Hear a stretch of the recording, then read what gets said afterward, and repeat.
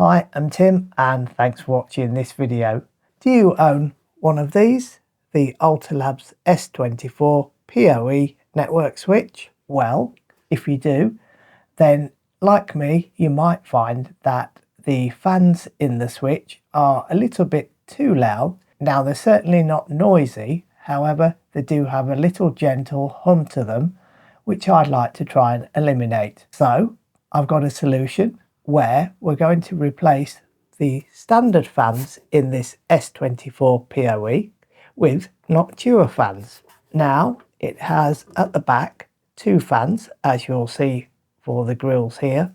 Now these are standard server fans, what they use inside apparently, so we're going to replace them with the Noctuas. Now I will put information in the video description about getting the fans, where you can purchase these fans on Amazon.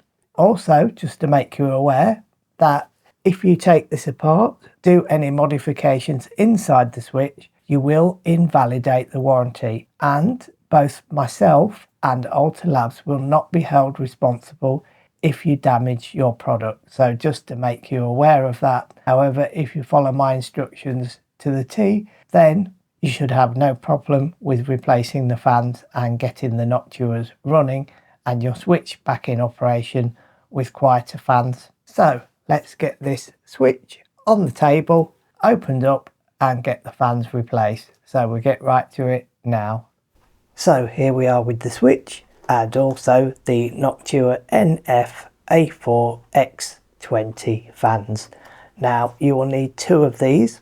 Now, as I said, I will put links in the video description for these, and these are the 40 by 20 millimeter premium fans, so they're the brown coloured ones. In the box for the fans, if you open them up, you'll see that I've already taken the fan out, which is here, and what I've already done is I've stripped the cable back, as you will see. Now, moving back to the box, in the box you get a packet of 4 screws to fix the fans. Now you will actually need these screws, so make sure you keep those. And also in the box you get a pack of 4 cable connectors, which are gel connectors, so they have gel in them, and there's 4 in the pack inside the box, so you will need all 4 of those connectors. However, you won't need the black connector in there, which is an adapter, whichever you like to refer to it as, but you won't need that. So you'll need those and the pack of 4 screws, and also of course the fan itself. The rest, everything else in the box, you will not need, so you can keep that to one side, and I would recommend keeping that in case you need it for other fans, for example, or future use. You will also need 2 Phillips screwdrivers. Now I've got 2 here. You will also need some wire strippers, which you can see I've got here, and these are the Nipex ones which I'm using. And you'll also need a set of clamps. Now to get into the switch, to take the cover off, what you will need to do is remove the rack mount ears, which you can see I've already done from both sides. And then at the back of the switch, again on the side here, you'll see that there's a screw. Now I've already removed the screws, so you'll need to remove the screw at the back, which is a single screw from either side. So from each end, remove those screws, which is at the back of the switch, and of course the rack mount ears, which I've just mentioned. Then on the bottom of the switch there are again 4 more screws. So these are at the front of the switch, but at the bottom. So these are towards the actual ports at the front, as you'll see. So this is the underneath of the switch, and there's actually 4 screws there. So you'll need to remove all those 4 screws. Then once you've removed those, you can put the switch down on a firm surface, like I have done. And just as an additional thing to note, if you've got covers on your SFP cages there, remove those covers, because they will get caught when you remove the lid. So to remove the lid, what you need to do is put your fingers towards the front where the RJ45 ports are, and then gently push, and then it will release the cover from the switch itself, but only move it forwards about an inch. So once you've moved it forward about an inch, or probably 20 centimeters, you should be able to lift the lid up gently.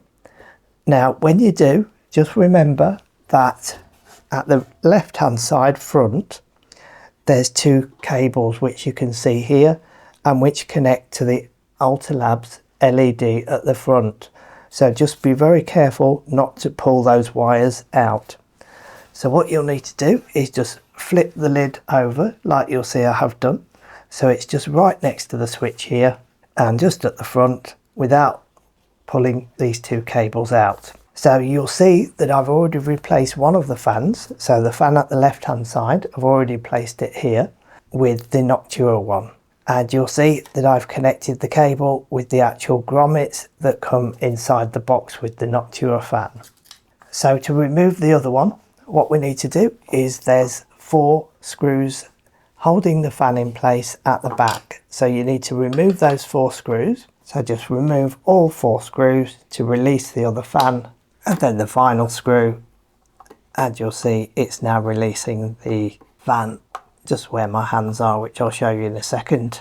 Removed, and save the screws, put those to one side somewhere safe, and you'll see that we've now released the actual fan, the original one. Now these are AVC fans. Now the model for these original ones is D80402812U. Now these are 12 volt fans, by the way.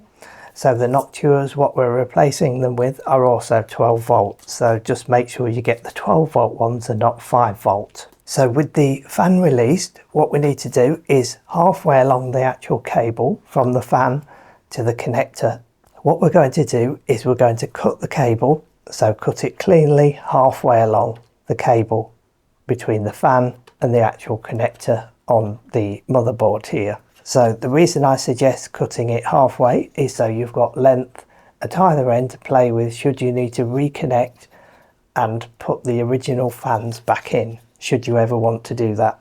So just cut it halfway, and then this gives you some leeway on the actual cable for both ends. So we'll put that fan to one side, and then what we're going to do is release the cable from the actual clip on the motherboard. So it's just hooked under a part of the motherboard there, and then we're going to release the actual connector with the excess cable there from the motherboard, as you'll see. So we've released that now with the plug.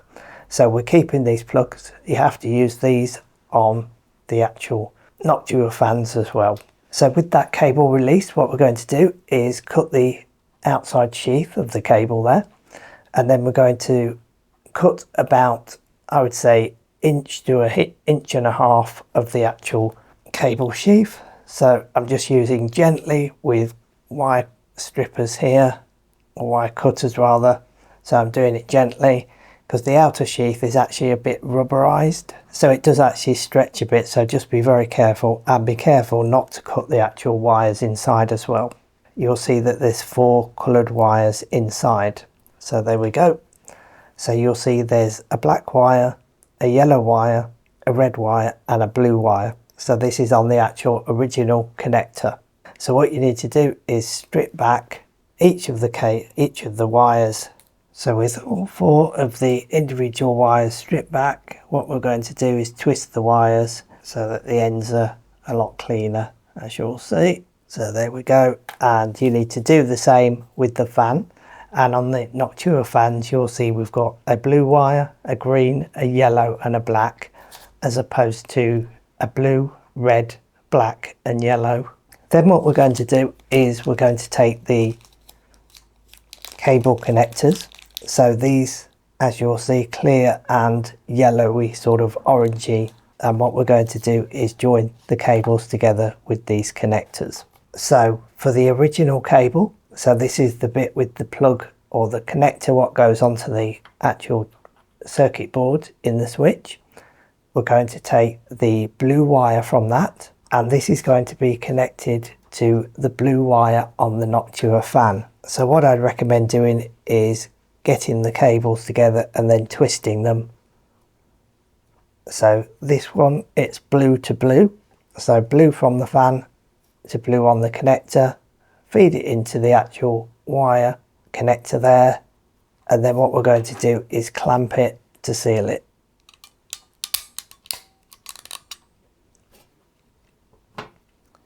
And there we have the two blue wires in that connector, as you'll see there.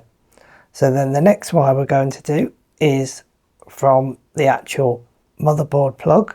So the plug that goes onto the circuit board in the switch, we're going to take the yellow wire and we're going to connect that to the green wire on the actual Noctua fan. So again, twist those two. So it's yellow to green for the next one. Put these inside the actual cable joiner and then clamp them together inside the gel connector. And that's just check to make sure that they're in and connected, which they are. And just be careful of the gel, because some of the gel actually squeezes out, so just make sure your fingers are clean. Then the next wire we're going to do is from the connector. We're going to take the black wire and that's going to be connected to the black wire on the Noctua fan.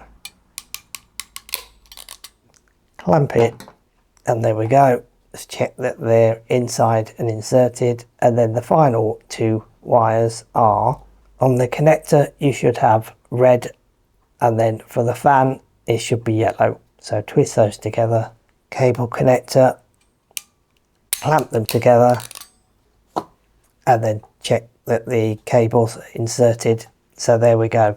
So to confirm again, so you've got yellow to red, black to black, green to yellow, and blue to blue. So then what we're going to do is put the fan inside the switch. So I recommend that you, when you put the fan in, that you put the cable to the left. So the cable to the left and then the fan is to the right. Now just to be aware that the label on the fan should be clamped against the back metal.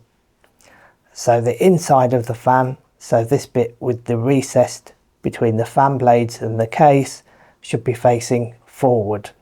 So the label should be clamped against the back part of the metal switch. Then with the screws that you get with the Noctua fan, we're going to use those screws and not the original ones, because the original screws that were in the original fan inside the switch do not fit the Noctua ones. So we're going to put the screws into the fan and clamp it to the back of the switch. And as well, just make sure that you don't over tighten the screws. So now we've got all 4 screws in, we can just tighten them up, but as I said, don't extremely tighten them too tight, just enough to keep the fan in place and from moving around. And there we go, the fan is fixed. And then what we're going to do is, with the gel connectors just pushed out of the way somewhere, we're going to reconnect the connector onto the motherboard, and just to make sure that the connectors go in with the yellow wire on each connector to the left side of the actual switch. So as I said, the yellow coloured wire on the connectors which go onto the motherboard in the switch are facing to the left side. So that's if you're looking at the switch from the front. So there we have the fans. However, I would just recommend putting the cable back into the actual cable holders there, which is for the right side fan on the motherboard. So just push it into the actual recess there, just to stop it moving around. And for the left side again, there's a plastic strip that runs along, and that's got a groove in it, so the cable just goes through that plastic strip there. So just make sure that the wires are out of the way of fans and anything on the circuit board as well. So with those fans in place, we can now replace the cover. So just lift it back up, flip it over on top, slightly forward, so you're going slightly forward from the back, and then we're going to slide the cover back in place. So the best thing I found to do to put this fully in place is to lift it on its end like so, and then the cover just drops back down again in place. There we go, and then what you need to do is replace the screws. However, before replacing the screws, I would recommend that you just power on the switch to make sure that the fans are operational. So what we're going to do is just connect the power back to the switch, and we should hear the fans spin up. Now these fans, I can hardly hear them at all, which is good. So as I've said, the Alta Labs original fans, so these that are in the switch originally, are not loud at all. It's just that they have a gentle sort of hum or whine, which I found to be a little bit irritating if you're in the quiet room, say, and you're reading a book or something. Now if you haven't got your switch in the same room, for example your living room, then you're obviously okay and you don't need to replace the fans if it's somewhere in a closet out of the way. But if you're in the same room as where the switch is, then you might want to replace yours with Noctua's, and I can confirm that it does actually work. So that's how easy it is to replace the fans in your Alta Labs S24 POE network switch with Noctua fans. So hope you liked this video, hope you found it useful. So thanks for watching this video, and I'll be back again soon with more videos. So bye for now.